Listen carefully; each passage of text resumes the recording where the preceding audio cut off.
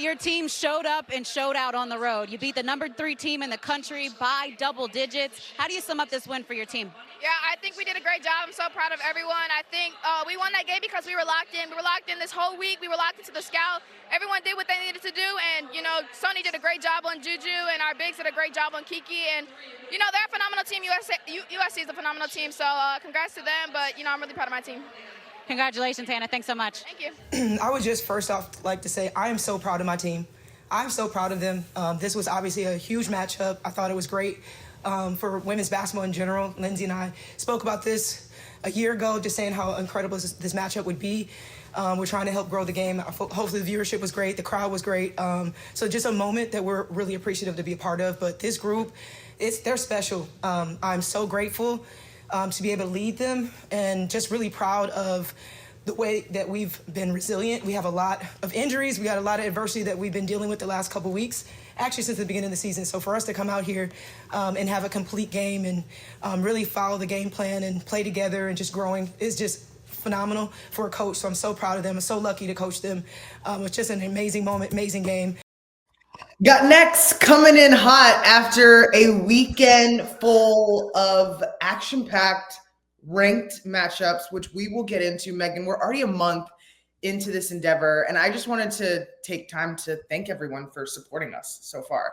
And with Thanksgiving on the horizon, absolutely. It's been really cool to, first off, start this with you because it's been so much fun. Our producer, Natalie's been amazing putting all this together, but ultimately just everyone who's listened, I've had a lot of people reach out about how much they're enjoying the pod. So thank you all for listening. I appreciate it. It's more than our moms. Yeah, right. At first we thought it was just going to be our parents, but other people actually enjoy women's basketball, which we love. Get comfy because we're about to do a little weekend recap. We did a lot of previewing of USC and Notre Dame, and now we're in recap mode. So let's get right into it. Number 3, USC gets knocked off at home by number 6, Notre Dame. Notre Dame had a game plan. They're ready to go, and they executed it to a T in terms of taking JuJu out of her comfort zone, making her work for everything. The pieces around JuJu just couldn't hit shots, and it was the 1-2 punch from Hannah Hidalgo and Olivia Miles that just couldn't be stopped offensively. I was so impressed with Notre Dame's defense from the start. First off, they kind of crowded the paint and made it really difficult for USC to do anything within their offense. How about Sonia Citron guarding JuJu Watkins? What was JuJu? 1 for 8 in the first half. Sonia Citron at 6'1", they were able to put a little length and size on her, and they forced JuJu into tough twos. The help side was there. They moved on the flight of the ball, not to mention 17 steals as a team as a whole. And I know we talk a lot about Citron. We talk about Hannah Hidalgo and Olivia Miles defensively. Liu Chu King had 4 steals, Zora. Like, such an impactful player who doesn't necessarily get all the recognition she probably deserves. I mean, look, at the end of the day, Notre Dame offensively were awesome, but defensively to force USC to shoot 36% from the field at home, that's hard to do. And with that, Notre Dame continues to prove that they are truly a Final Four team and somebody that when the rankings come out this week, I imagine will be 2nd or 3rd in the country. I put them at 2nd for the record, but yeah, you were high on them from the beginning, rightfully so. And it was the first ranked opponent that Notre Dame played, and they came and they showed up and showed out. Okay, now we go crosstown. Saturday was USC Notre Dame. Sunday was the reigning champs, number 1 ranked South Carolina, on the road at UCLA, packed house, sellout crowd. The atmosphere looked amazing. And from jump, UCLA really pounded it on South Carolina. And we've seen South Carolina get down early in this beginning part of the season, but it was just too much, and UCLA kind of ran through them. This was shocking, right? Because South Carolina comes in as the number 1 team in the country, 40+ win streak, haven't lost in 2 years. And for UCLA to come out and throw the first punch the way they did. First off, Lauren Betts is going to be number 1 on the top of everyone's scouting report. She was fronted more than anyone really had tried to front Lauren Betts throughout this season. Corey Close talked about in the post-game presser. Lauren Betts can pass the ball. And that's what makes her such a special player. Not just her footwork, not the fact that she's 6'7", but her vision on the floor and her IQ and patience. She had 4 assists. And as a result of South Carolina kind of crashing in, that led to open 3-point opportunities for everybody on UCLA. They hit, 10 threes, 10 for 21 from 3. London Jones comes off the bench, goes 5 for 5. Everybody was getting in on the 3-point action. Once you see as a team the shot go in, it's just like contagious. Everybody kind of gets into a flow, into a rhythm. They rebounded at a high level. And I'm sorry, the freshman, Niele Ivey, 13 points. I mean, what a stud. And Lauren Betts after the game said, that's kind of our unsung hero. They call her E. She's come in. She's been very steady, an international kid. And look, a lot of these international players come in. They've played against pros for a lot of their teenage years, so they're more ready for the college game. Love what UCLA was able to do game plan-wise, execution. A scary team in the Big Ten. The last time South Carolina lost, 2023 in the Final Four to Iowa. The last time that yes, remember they just broke a more than 40-game win streak. The last time that UCLA beat a number 1 ranked opponent, never. First time in program history. And we were at Media Day with Lauren Betts and Kiki Rice, and they talked about the depth of this group. Take a listen. What are the goals that you have made for this season? Yeah, I mean, we're really excited. I think these past 2 years, we've really learned a lot as a team, and I think coming in this year, we have a lot of new freshmen, transfers, and I think we're all really starting to feel like we're putting everything together, and we have our hopes set high, and I think we're really excited to achieve those goals. What can we expect from UCLA basketball this year when people ask you the identity of this team? I think a really tough, competitive team that gets after it. I think this year we're going to have a lot of threats and weapons offensively, but also defensively. We're going to be able to get after it and pressure, and we're going to be really deep. So a lot of people are going to be able to contribute and help in a lot of different ways.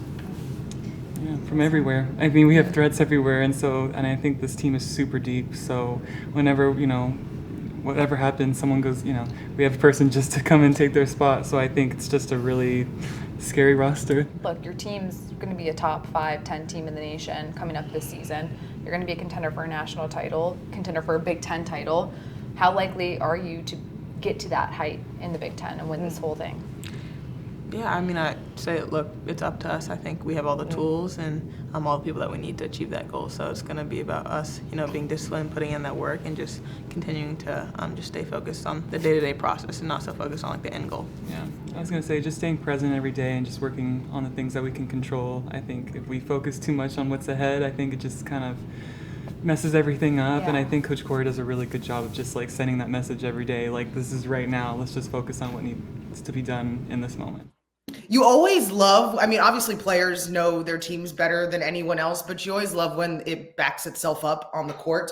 Okay, so after all that recap, Meghan, we now get into your power rankings, and for the very first time this season, we have movement. We know moving and shaking. Come on now. What better? Look, number 1, I have UConn. Okay. So they're undefeated. Still, they played North Carolina. Win that game is kind of the biggest opponent they've had so far, but they're still taking care of business. That's why they stay number 1. In the month of December for UConn, by the way, they've got Louisville, Notre Dame, Iowa State, and USC on the horizon. So that's going to be a big month for them as they continue to kind of hold that spot. Notre Dame goes to number 2 for me. Here's why. That's high, Meghan. It's high. I've been high on Notre Dame from the beginning. As you know, they hadn't necessarily played anybody great up until USC. For them to be as dominant as they were against USC on the road, and that's the key piece, is on the road for me. And they're not even fully healthy, Zora. Maddie Westbelt's still not ready to play. Liza Carlin, these are players that are potential front court starters for Niele Ivey, and they are beating everybody in their path right now. That's why they're number 2. UCLA moves up to number 3 because 1, they knock off the top team in the country in South Carolina. I love how balanced they are. I put them below Notre Dame solely because they won at home. It's still an incredible win, but I do think that winning on the road, much harder than winning at home, but still UCLA is a team that's going to flirt in the top 5, I think, all season long at this point. South Carolina, you can't drop them too far back. They're the number 1 team in the country. This wasn't a bad loss by any means. Losing on the road to a top 6-5 team in the country, they're going to be okay. South Carolina is going to be able to regroup and move forward. And then at number 5, Texas. They haven't really played anyone yet. In fact, they haven't played a ton of games yet. Whoever was in charge of scheduling did a great job in terms of rest and getting some wins. What's the word I'm trying to say? When you accumulated. Oh, okay. I didn't know where you're going there. I didn't know where I was going either. Thankfully, pregnancy brain turned off for a moment so I could figure that word out. But they are going to play Notre Dame on the 5th of December, which is going to be a lot of fun to see the Longhorns kind of face some true competition as they gear up for SEC play. You know, with this new top 5, it does mean that USC drops out of the top 5. And as you mentioned, they lose at home to a Notre Dame team that at the time, if we're talking about AP rankings, I believe was 6. So makes sense. And this is going to fluctuate throughout the season. You've got number 1, UConn at the top spot. So it's a perfect time to give our flowers to Geno. 127. Wait, am I saying this right? No. 1,000. I was like, 127 does not sound like enough. Goodness.